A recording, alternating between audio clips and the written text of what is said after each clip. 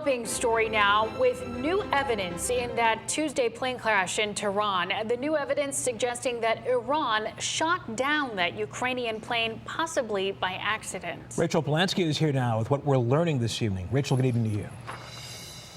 Hi, Russ and Sarah. 176 people died when that plane went down on Tuesday, just hours after Iranian troops executed a missile strike on U.S. forces in Iraq. Today, Canadian Prime Minister Justin Trudeau said multiple intelligence sources indicated an Iranian missile hit the plane. President Trump echoed those claims, calling it tragic. Cell phone video shared by an Iranian student news agency, not confirmed by NBC, appears to show the plane on fire in the air before it exploded and crashed onto the ground. Iran's Civil Aviation Authority has denied there was a missile strike. Officials in the U.S., Canada, and Ukraine are demanding a full and open investigation. We'll have more on this tonight on NBC Nightly News with Lester Holt. Rachel Polanski, 3 News.